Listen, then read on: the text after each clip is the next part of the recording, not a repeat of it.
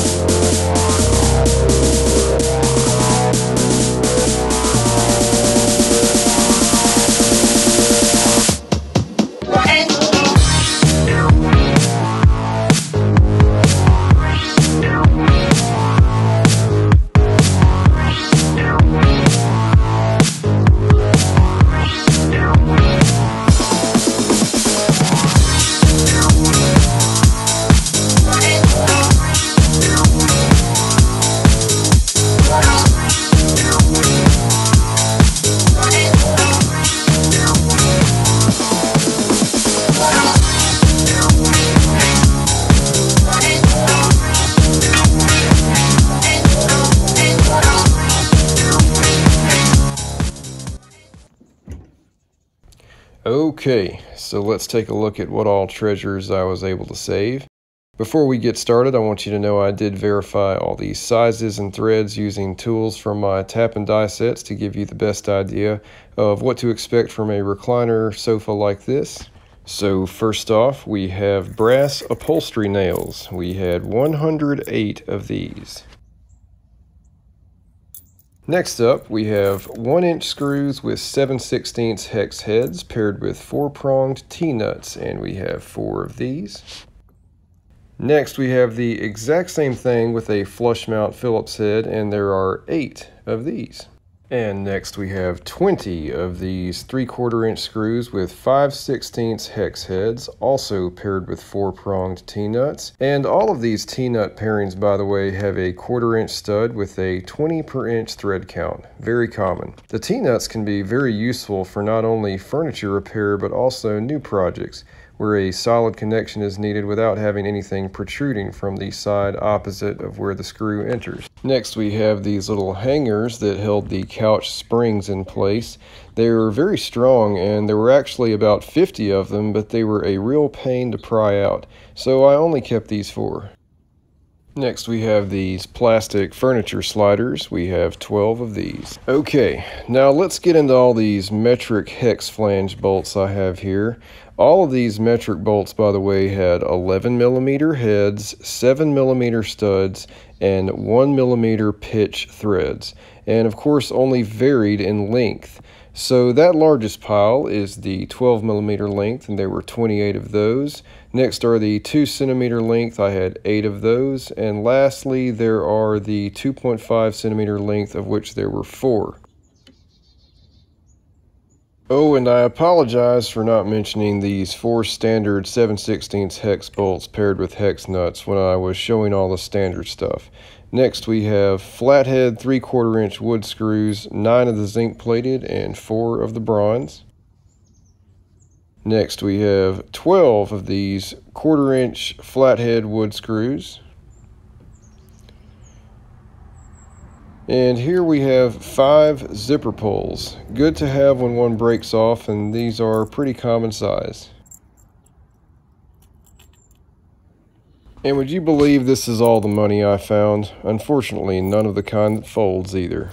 So all of these small parts fit nicely into an organizer for future projects and furniture repairs. So next up, we have these torsion springs, 4 of them. You can see I got a little rough with that one, but it should still be good for something. Next, we have these 4 steel L brackets, and these are great for strengthening up corners for new projects. Next, we have these 2 pieces of square tubing, which I apologize for not measuring. Looks like about 1/2 inch width by about 18 to 24 inches in length. So next up, we have these 2 steel control cables. Yeah, I know it would take some pretty extreme redneck re-engineering to make these work on anything, but who knows? I'll keep them around. So next up, we have all the couch springs, and as you can see, I snipped them all into manageable pieces using bolt cutters. And what I'm keeping these around for is I'm going to actually be trying my hand at making a Damascus billet for a Damascus knife, as it is well known that spring steel can be excellent for making a knife. It's no easy thing to make Damascus, so it's either going to be a pass or a fail, but I thought I'd give it a try. Okay, next up we have these metal cross members made from 3/4-inch steel tubing with flattened ends. There are all sorts of things I could use these things for, and we have 6 of them. Okay, next up we have my favorite of the salvaged items, and these are the 2 pieces of angle iron. They are 65 inches long, with the aspects being 1 inches by 1 3/4 inches. As you can see, they are perfectly straight and will be extremely useful. Best of all, they already have holes drilled for whatever I want to use them for, which just happens to be a dumbbell rack, which I'll be making in a future video. For all the years I had that couch, I don't think I ever knew it had a single zipper. Well, it turns out it had quite a few. As you saw in the hardware portion, sometimes I just kept the zipper pulls, but I also kept 5 or 6 fully intact zippers. I discarded almost all of the foam rubber, but I did hang on to a few of the nicer pieces for the occasional need. One of my favorite things to do with foam rubber is to make a can with Wiscom's honey in it. Wiscom's honey is a special bullet lube I use for my large bore airgun bullets. I'll be talking more about this in future videos.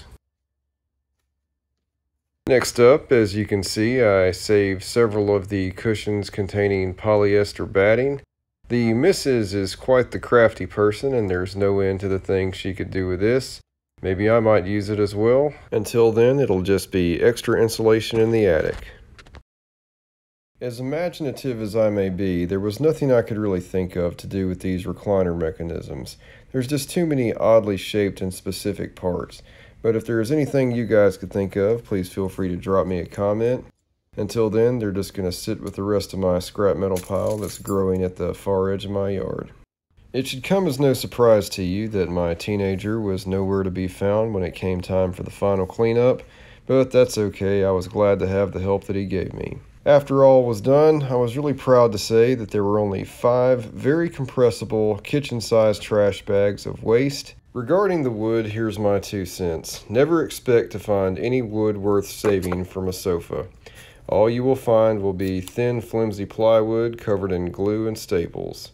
But it did, however, make for a nice fire which lasted long enough to have 1 or maybe even a few more relaxing beverages. As always, thanks so much for watching, and I'll see you next time.